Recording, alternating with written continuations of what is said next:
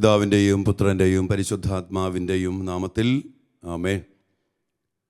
ത്രിയേക ദൈവമേ, അങ്ങയുടെ മക്കളായ ഞങ്ങളെ അവിടുത്തെ സാന്നിധ്യം കൊണ്ട് നിറച്ച്, അങ്ങയുടെ കൃപയാലും ശക്തിയാലും നിറച്ച്, അങ്ങയോട് ഐക്യപ്പെട്ട് ജീവിക്കുവാൻ ഞങ്ങളെ അവിടുന്ന് അനുഗ്രഹിക്കുന്നതിനെ ഓർത്ത് ഞങ്ങൾ അങ്ങേക്ക് നന്ദി പറയുന്നു. ഞങ്ങൾ അനാഥരല്ല, അങ്ങ് ഞങ്ങളുടെ കൂടെയുണ്ടെന്നുള്ള ബോധ്യം ഉറപ്പിച്ചുകൊണ്ട് അതിനനുസരിച്ചുള്ള ജീവിതം ജീവിക്കുവാൻ അങ്ങ് ഞങ്ങളെ അനുഗ്രഹിക്കുന്നല്ലോ. ഞങ്ങളെ തന്നെ പരിശോധിച്ച്, ഞങ്ങളെ തന്നെ മനസ്സിലാക്കി, ജീവിതത്തെ ക്രമപ്പെടുത്തി ഈ വർഷാവസാനത്തിൻ്റെ ദിവസങ്ങളിൽ അങ്ങയോട് കൂടി ആയിരിക്കുവാനും വലിയ പ്രാർത്ഥനയോടെ അഭിഷേകത്തോടെ 2026 പുതുവത്സരത്തിലേക്ക് പ്രവേശിക്കുവാനും അങ്ങ് ഞങ്ങൾക്ക് നൽകിയിരിക്കുന്ന ഈ ദിവസങ്ങളെ ഓർത്ത് ഞങ്ങൾ അങ്ങേക്ക് നന്ദി പറയുന്നു. ഉന്നതമായ അഭിഷേകത്താൽ ഞങ്ങളെ നിറയ്ക്കണമേ, ഞങ്ങളെ ബലപ്പെടുത്തണമേ, ഞങ്ങളെ ശക്തിപ്പെടുത്തണമേ എന്ന് പ്രത്യേകമായി പ്രാർത്ഥിക്കുന്നു. എല്ലാത്തിനും വേണ്ടി കർത്താവെ, അവിടുത്തെ സഹായവും അവിടുത്തെ ശക്തിയും ഞങ്ങൾ പ്രകടമാക്കണമെന്ന് യാചിച്ചുകൊണ്ട് അതിനുവേണ്ടി കർത്താവ് ഈശോ മിശിഹായുടെ കൃപയും പിതാവായ ദൈവത്തിൻ്റെ സ്നേഹവും പരിശുദ്ധാത്മാവിൻ്റെ സഹവാസവും വിശുദ്ധ കുരിശിനാൽ മുദ്രിതമാക്കപ്പെട്ട സംരക്ഷണവും നൽകി ദൈവമായ കർത്താവ് നിങ്ങളെ അനുഗ്രഹിക്കട്ടെ, ഇപ്പോഴും എപ്പോഴും എന്നേക്കും ആമേൻ. Praise the Lord. നമ്മൾ 2026 പ്രവേശിക്കാനായിട്ട് ഒരുങ്ങുമ്പോൾ ഇന്ന് ഡിസംബർ 30 കർത്താവിൻ്റെ കൂടെ നമ്മളായിരിക്കുമ്പോൾ പ്രിയപ്പെട്ട, ഇന്ന് നമ്മൾ ചിന്തിക്കുന്ന വിഷയം ഒരു ആത്മശോധനയാണ്. നമ്മൾ ഈ 2025 നമ്മുടെ ആത്മീയമായിട്ടുള്ള ഒരു ജീവിതമുണ്ട്, ആത്മീയമായ ജീവിതം. അതിലെന്തുമാത്രം നമുക്ക് വളരാൻ സാധിച്ചിട്ടുണ്ട്, നമ്മുടെ ആത്മീയ ജീവിതത്തിൻ്റെ ഒരു ഉറപ്പ് എന്തുമാത്രം ഉണ്ടെന്ന് പരിശോധിക്കണം. അത് ദൈവം നമുക്ക്, ഞാൻ പറഞ്ഞ ഓരോ സമയവും തരുന്നത് ആത്മീയമായിട്ട് നമ്മൾ ദൈവത്തോട് ഐക്യപ്പെടണം. ആത്മീയ ജീവിതമാണ് എല്ലാത്തിൻ്റെയും അടിസ്ഥാനം. അതായത് മനുഷ്യൻ ശരിക്കും ആത്മീയനാണ്. നമുക്കറിയാം, നമ്മളെ തൃപ്തിപ്പെടുത്താൻ ദൈവത്തെ കൊണ്ടല്ലാതെ മറ്റൊന്നിനെ കൊണ്ടും സാധിക്കത്തില്ല. അതുകൊണ്ട് നമ്മുടെ ശരീരത്തിന് എന്തെല്ലാം കിട്ടിയാലും ഒരിക്കലും നമുക്ക് എന്തു വരില്ല, തൃപ്തി വരില്ല. അത് അഗസ്തീനോസ് പുണ്യാളൻ മാനസാന്തരത്തിന് ശേഷം പറയുന്നുണ്ട്, ദൈവമേ, നീ എന്നെ നിനക്കായി സൃഷ്ടിച്ചു, നിന്നിൽ വിലയം പ്രാപിക്കുന്നത് വരെ ഞാൻ അസ്വസ്ഥനാണ്. നമുക്കതുകൊണ്ട് തന്നെ നമുക്ക് ആശ്വാസം, സമാധാനം, സന്തോഷം കിട്ടണമെങ്കിൽ നമ്മുടെ ആത്മാവിന് വേണ്ടത് കിട്ടണം. ആത്മാവിനെന്താ വേണ്ടേ? ദൈവത്തെ വേണം. ശരീരത്തിന് പല കാര്യം കിട്ടിയാൽ മതി, പക്ഷേ ഈ ആത്മാവ് തൃപ്തിപ്പെടുന്നില്ലെങ്കിൽ ഒരിക്കലും നമുക്ക് സംതൃപ്തി ഉണ്ടാവത്തില്ല. അപ്പം അതുകൊണ്ട് നമ്മൾ പരിശോധിക്കേണ്ട കാര്യം, ആത്മീയമായിട്ട് നമ്മൾ എന്തുമാത്രം വളർന്നു, അത് ആത്മശോധന ചെയ്യണം. ഈ 2025 നമുക്ക് എന്തുമാത്രം ആത്മീയമായിട്ട് വളരാൻ പറ്റി, ആത്മാർത്ഥത പരിശോധിച്ച് നോക്കി. ആത്മീയമായിട്ട് എന്നാൽ ഞാൻ പറയും, spirituality is nothing but A relationship. ആത്മീയത എന്ന് പറഞ്ഞാൽ ഒരു വേറൊന്നുമില്ല, ഒരു ബന്ധമാണ്. എന്താണ് ആ ബന്ധം? ഈ ദിവസങ്ങളൊക്കെ നമ്മൾ ധ്യാനിച്ചപ്പോൾ എന്താണ് ബന്ധം? എന്നിൽ വസിക്കുന്ന എൻ്റെ കർത്താവുമായുള്ള ബന്ധം, അതിൽ ഞാൻ വളരണം. ആ കർത്താവ്, അതുകൊണ്ടാണ് പൗലോസ് ശ്ലീഹ കൊരിന്തോസ്യർക്ക് എഴുതിയ 2-ാം ലേഖനത്തിൽ അവിടെ 13-ാം അധ്യായത്തിൻ്റെ 5-ാമത്തെ വചനത്തിൽ പൗലോസ് പറയുക, നിങ്ങൾ നിങ്ങളുടെ വിശ്വാസത്തിൽ നിലനിൽക്കുന്നുണ്ടോ എന്ന് പരിശോധിക്കുവിൻ. ഇവിടെ പറയാണ്, നിങ്ങളെ തന്നെ പരീക്ഷിച്ചറിയുവിൻ. ഇവിടെ പറഞ്ഞിട്ടുണ്ടോ, യേശു ക്രിസ്തു നിങ്ങളിലുണ്ട് എന്ന് നിങ്ങൾക്ക് ബോധ്യമായിട്ടില്ലേ? യേശു ക്രിസ്തു നിങ്ങളിലുണ്ടെന്ന് നിങ്ങൾക്ക് ബോധ്യമായിട്ടില്ലേ? ഇല്ലെങ്കിൽ നിങ്ങൾ തീർച്ചയായും പരീക്ഷയിൽ പരാജയപ്പെട്ടിരിക്കുന്നു. ഈ ഒരു ബോധ്യം, അതാ പറഞ്ഞത്, നിങ്ങളിൽ യേശു ക്രിസ്തു വസിക്കുന്നുണ്ടെന്ന് നിങ്ങൾക്ക് അറിയത്തില്ലേ? ഹല്ലേലൂയ. അപ്പം അതുകൊണ്ട് പ്രിയപ്പെട്ട ദൈവമക്കളെ, നമ്മുടെ ആത്മീയ ജീവിതത്തെ പരിശോധിക്കും. ഞാനിപ്പം പറയും, നമ്മൾ സ്വർഗസ്ഥനായ പിതാവ് എന്നുള്ള പ്രാർത്ഥന പ്രാർത്ഥിക്കൂലേ? ആ ഒരു പ്രാർത്ഥന ഞാൻ പറഞ്ഞില്ലേ, സർവശക്തനായ പിതാവ്, സ്വർഗസ്ഥനായ എൻ്റെ അപ്പൻ, ആ അപ്പനുമായ ബന്ധം എന്തുമാത്രമുണ്ട് നമുക്ക്. അപ്പനുള്ള വിശ്വാസം, അപ്പനുള്ള ആശ്രയത്വം. ഈ പ്രാർത്ഥന പ്രാർത്ഥിക്കാൻ ഇത് പറയുമ്പോൾ ഈ ഒരു പ്രാർത്ഥന ഒന്ന് എടുത്തെന്ന് പരിശോധിക്കാൻ ആഗ്രഹിക്കുകയാണ്. അതായത് ഈശോ നമ്മളെ പഠിപ്പിച്ചു ഈ പ്രാർത്ഥന, സ്വർഗസ്ഥനായ ഞങ്ങളുടെ പിതാവ് എന്ന് വിളിച്ച് പ്രാർത്ഥിക്കാൻ.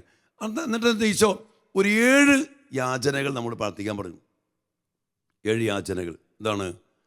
അങ്ങയുടെ നാമം പൂജിതമാകണം എന്ന് പറഞ്ഞാൽ ദൈവത്തിൻ്റെ നാമം പൂജിതമാകണമെങ്കിൽ എന്ത് വേണം? ആ ദൈവത്തിൻ്റെ മക്കളെ പോലെ ദൈവത്തിൽ ആശ്രയിച്ച് ദൈവത്തിൽ ശരണപ്പെട്ട് ദൈവത്തിൻ്റെ ശക്തി പ്രകടമാകണം. ഞാൻ അറിയാം, ഇപ്പം എൻ്റെ പൗരോഹിത്യത്തിലൂടെ എൻ്റെ ദൈവത്തിൻ്റെ നാമം മഹത്വപ്പെടണം.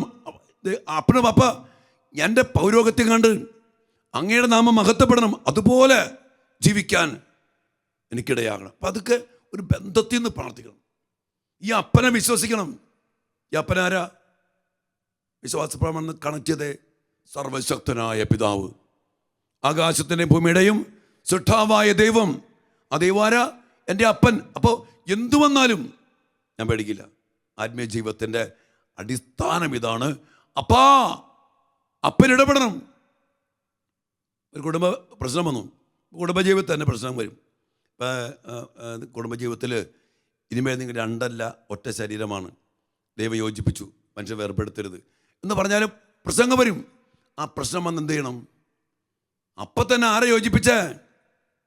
ദൈവം യോജിപ്പിച്ചു. അപ്പം ആരുണ്ട് കൂടെ? യോജിപ്പിക്കാൻ ദൈവമുണ്ട്. പ്രശ്നം വന്നു അവർ തമ്മിൽ. അപ്പോൾ ആരോട് പറഞ്ഞു? ആ യോജിപ്പിച്ച അപ്പനുണ്ട്.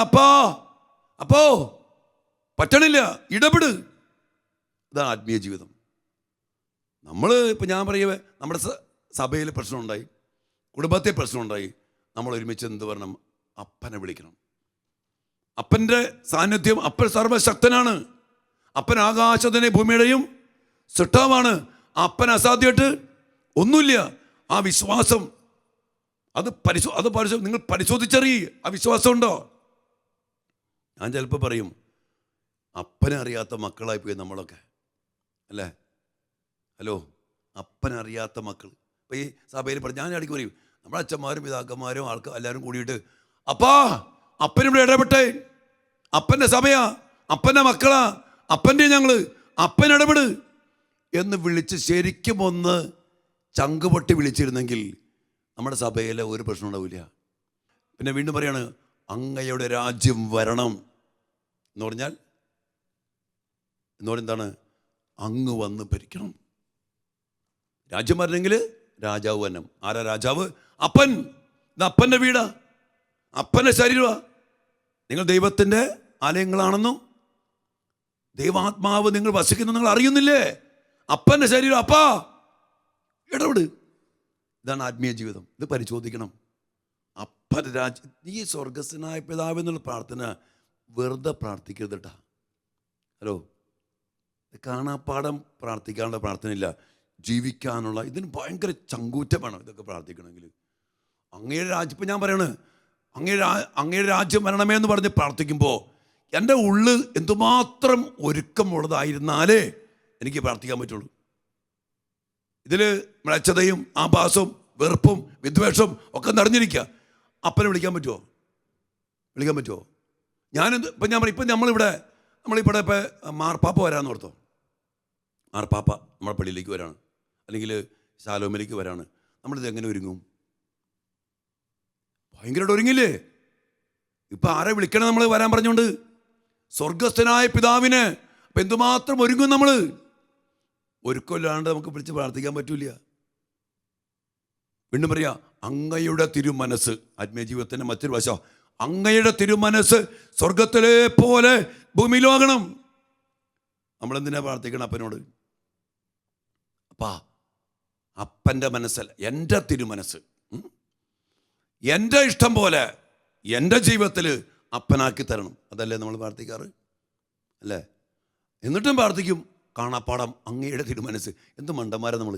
ആത്മീയ ജീവിതത്തിൽ പ്രാർത്ഥിക്കുമ്പോൾ അർത്ഥം മനസ്സിലാക്കണം. അപ്പൻ്റെ മനസ്സാ, എൻ്റെ ഇഷ്ടമല്ല, എൻ്റെ മനസ്സല്ല, എൻ്റെ ആഗ്രഹമല്ല, അപ്പൻ്റെ മനസ്സ് ഇവിടെ നിറവേണം. അങ്ങനെ പറഞ്ഞാണ്ടില്ല, പിന്നെ ദൈവം ഏറ്റെടുക്കും. എന്നിട്ട് അടുത്ത പ്രാർത്ഥന, അന്നന്ന് വേണേ, കഴിഞ്ഞ ദിവസം പറഞ്ഞു, അന്നന്ന് വേണ്ട ആഹാരം ഇന്ന് ഞങ്ങൾക്ക് തരണമേ. അപ്പൻ അതുപോലെ ആശ്രയിക്കണം, അപ്പനെ വിശ്വസിക്കണം. അപ്പൻ കൂടെയുണ്ട്.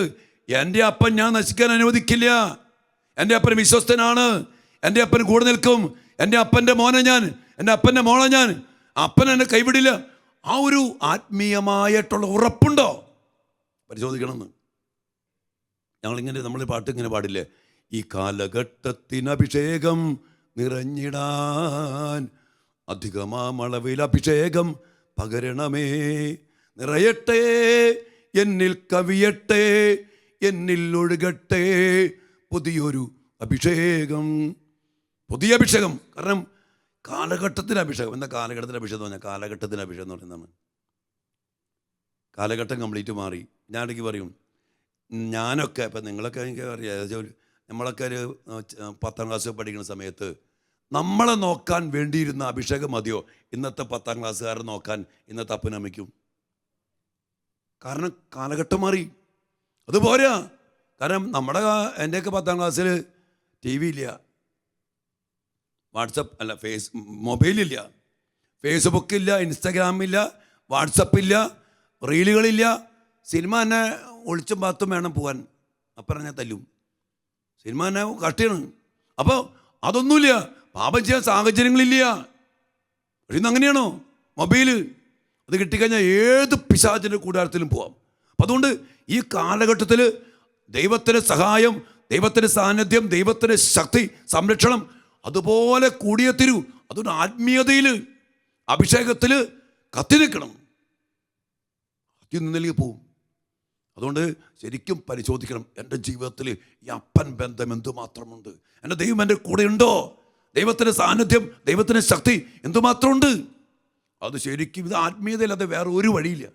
ഞാനിപ്പോൾ പറയാറുണ്ട്, we are in a spiritual war. ഒരു ആത്മീയ പോരാട്ടത്തിലാണ് നമ്മൾ.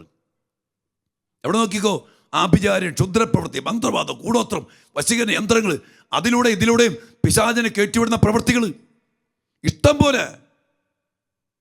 നിങ്ങൾ ശ്രദ്ധിച്ചിട്ടുണ്ടെന്ന് അറിയത്തില്ല. അതുപോലെ പൈശാചിക അരൂപികൾ വിളിച്ചു വരുത്താണ്.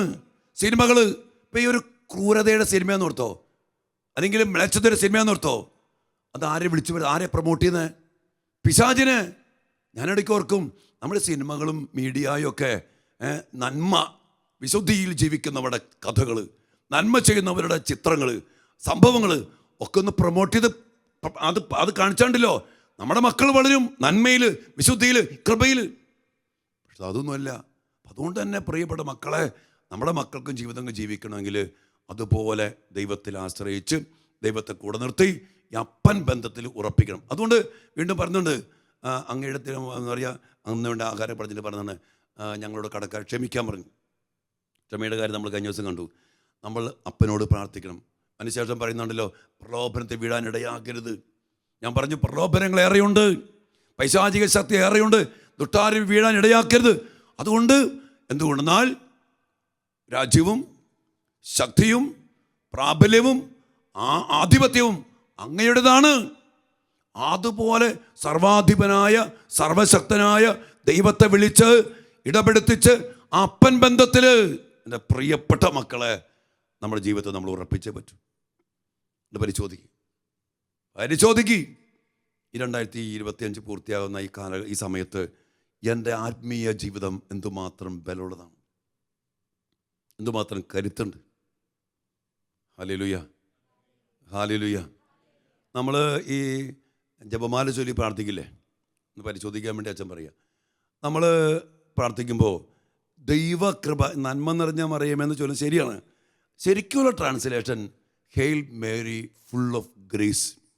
ദൈവകൃപ നിറഞ്ഞവളെ നിനക്ക് സ്വസ്ഥത മാലാക പറഞ്ഞ്. ദൈവകൃപ എന്ന് പറഞ്ഞാൽ നമ്മൾ കണ്ടു ദൈവത്തിൻ്റെ ജീവൻ, ദൈവത്തിൻ്റെ സാന്നിധ്യം, ദൈവത്തിൻ്റെ ശക്തി അതുപോലെ നിറഞ്ഞവളാണ് ആര്? പരിശുദ്ധയമ്മ. 2, കർത്താവ് നിന്നോട് കൂടെ. ഹല്ലേലൂയ. മാതാവിൻ്റെ സ്പെഷ്യാലിറ്റിയാണത്. എന്താണത്? ദൈവകൃപ നിറഞ്ഞവൾ, കർത്താവ് കൂടെയുള്ളവൾ. അതുകൊണ്ട് സ്ത്രീകളിൽ നീ അനുഗ്രഹിക്കപ്പെട്ടവളാണ്. എന്തുകൊണ്ടാണ് മാതാവ് സ്ത്രീകൾ അനുഗ്രഹിക്കപ്പെട്ടെ? നമുക്ക് അനുഗ്രഹിക്കപ്പെടണോ? ഉദരഫലം അനുഗ്രഹിക്കപ്പെടണോ? അതിന് മാതാവിനെ കണ്ടുപിടിച്ചാൽ മതി. മാതാവ് എന്തുകൊണ്ട് അനുഗ്രഹിക്കപ്പെട്ടെ? എന്തുകൊണ്ട് മാതാവിന് ഉദരഫലം അനുഗ്രഹിക്കപ്പെട്ടു? 2 കാര്യങ്ങൾ: ദൈവകൃപ നിറഞ്ഞവൾ, കർത്താവ് കൂടെയുള്ളവൾ. ഈ 2 കാര്യത്തിൽ നമ്മൾ സ്പെഷ്യലൈസ്ഡ് ആവണം. ഹല്ലേലൂയ.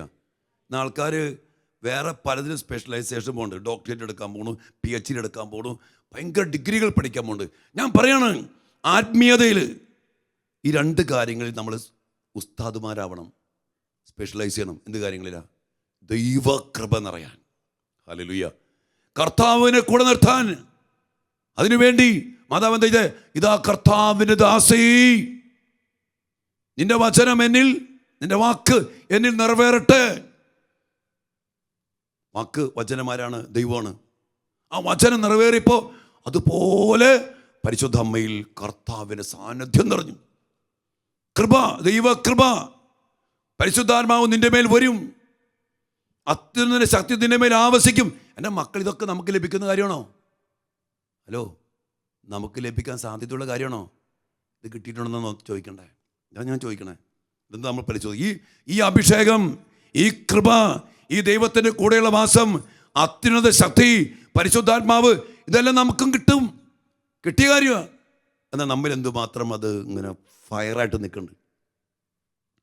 ഈ അഭിഷേകത്തെ കുറിച്ച് പറയുമ്പോൾ പറയും, അഭിഷേകം കത്തി നിൽക്കണം. ലേവിയുടെ പുസ്തകം 6-ാം അധ്യായത്തിൽ കർത്താവ് പറയുന്നുണ്ട്, ബലിപീഠത്തിലെ തീ കെട്ടുപോകരുത്.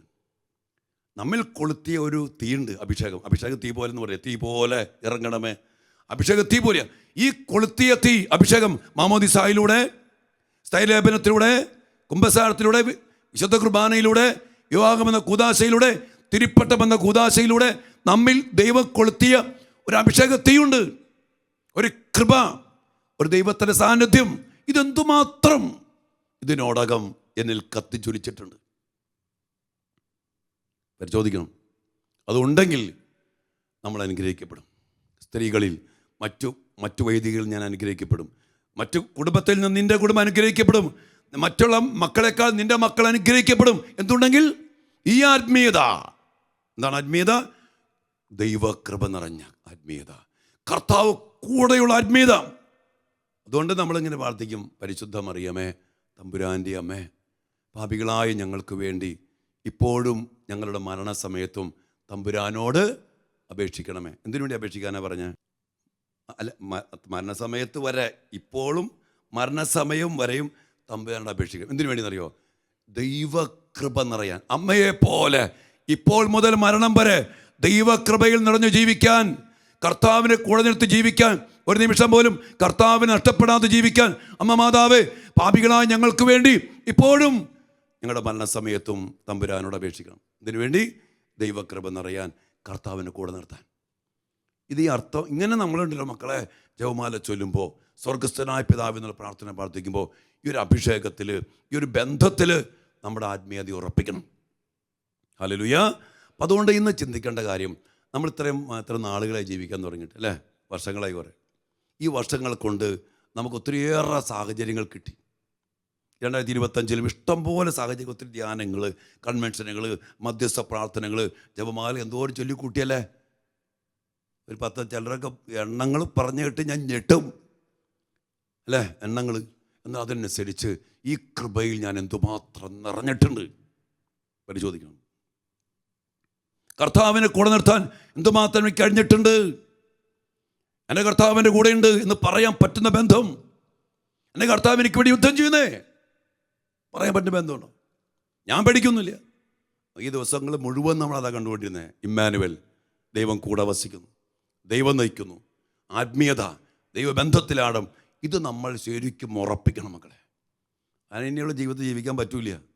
നമ്മുടെ ആത്മാവിന് ദാഹം ശമിപ്പിക്കാൻ ഈശോയ്ക്കല്ലാതെ വേറെ ആർക്കും പറ്റില്ല. ഈ ദാഹം ഈശോയെ കൊണ്ട് ശമിപ്പിച്ചില്ലെങ്കിൽ, ഈ ദാഹം ഉണ്ട്, അത് ശമിപ്പിക്കാൻ വേണ്ടി നമ്മൾ എന്ത് ചെയ്യുന്നറിയോ? നമ്മുടെ മക്കൾ ശരീരത്തെ സുഖിപ്പിക്കാൻ നോക്കും. എന്ന് നമ്മുടെ മക്കൾക്ക് പറ്റിയ ദാഹമുണ്ട്. കഴിഞ്ഞ ദിവസം ഒരു വലിയൊരു ഉദ്യോഗസ്ഥൻ പറയാണ്, അദ്ദേഹത്തിൻ്റെ ഉദ്യോഗസ്ഥനും ബിസിനസ്സുകാരൻ, കോടീശ്വരനാണ്.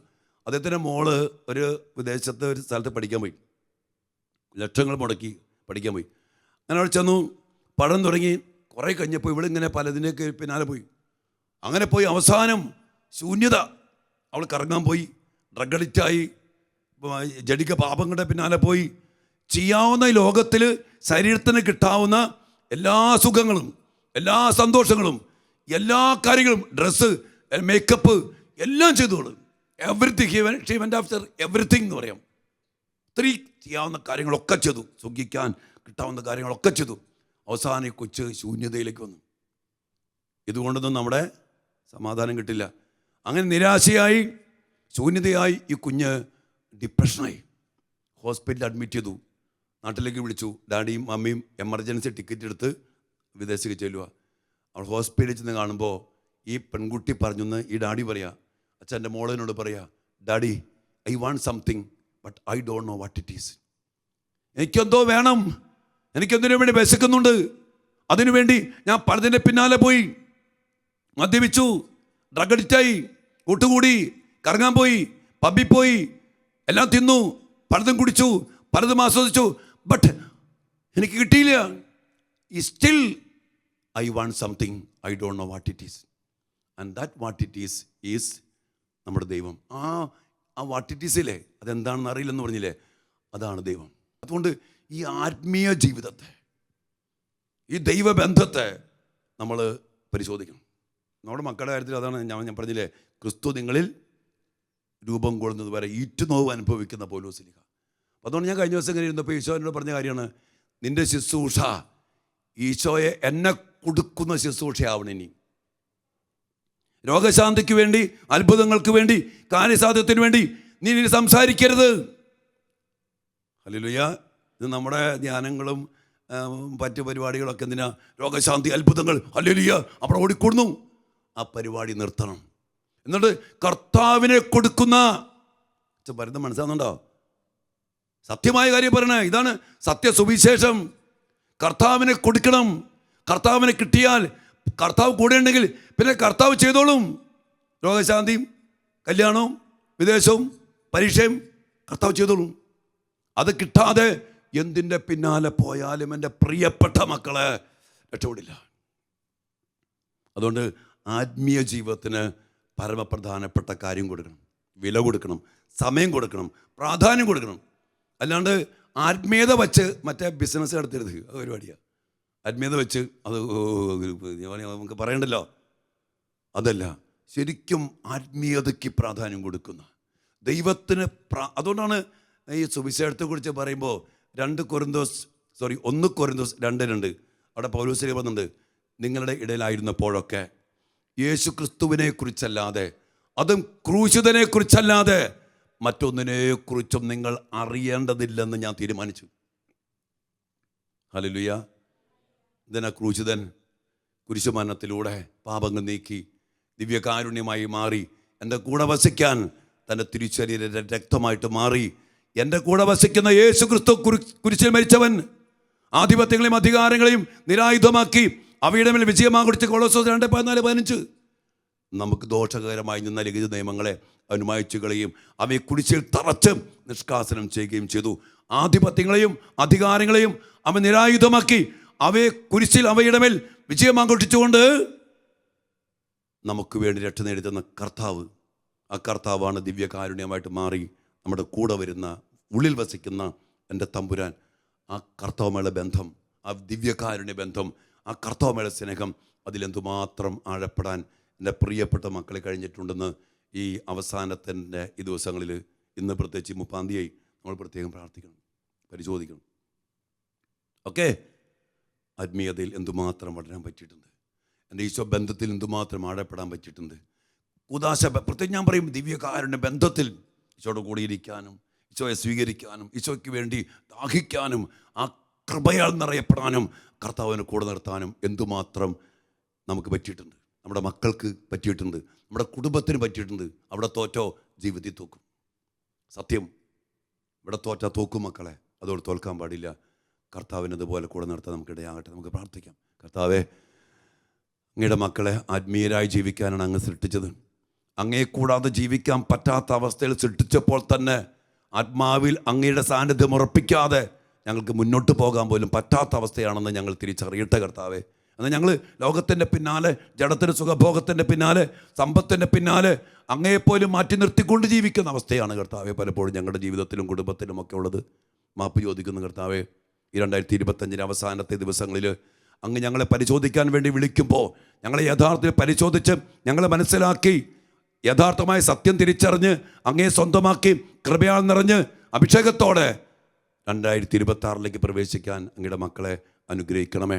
അതിനാവശ്യമായ സ്വർഗത്തിൻ്റെ സഹായവും യഥാർത്ഥമായ ദൈവിക ജ്ഞാനവും സ്വർഗത്തിൻ്റെ പ്രകാശവും നിറച്ച് അങ്ങയുടെ മക്കളെ അനുഗ്രഹിക്കണമേ എന്ന് പ്രാർത്ഥിച്ചുകൊണ്ട് അതിനായിട്ട് കർത്താവ് ഈശോ മിശിഹായുടെ കൃപയും പിതാവായ ദൈവത്തിൻ്റെ സ്നേഹവും പരിശുദ്ധാത്മാവിൻ്റെ സഹവാസവും നാം എല്ലാവരോടും കൂടെ ഉണ്ടായിരിക്കട്ടെ, ഇപ്പോഴും എപ്പോഴും എന്നേക്കും. ആമേൻ. Praise the Lord.